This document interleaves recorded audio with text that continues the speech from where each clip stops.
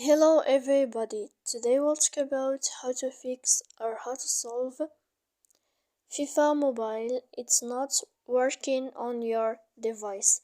To know how to fix or how to solve FIFA Mobile not working on your device, you should just go to settings. Here we click apps, default apps, app settings. When you find this page, you will search about this window of FIFA Mobile and you will click. Then in this list of app info, you will enter to first stop and you will click OK. Here we will enter to storage. After that we click clear cache.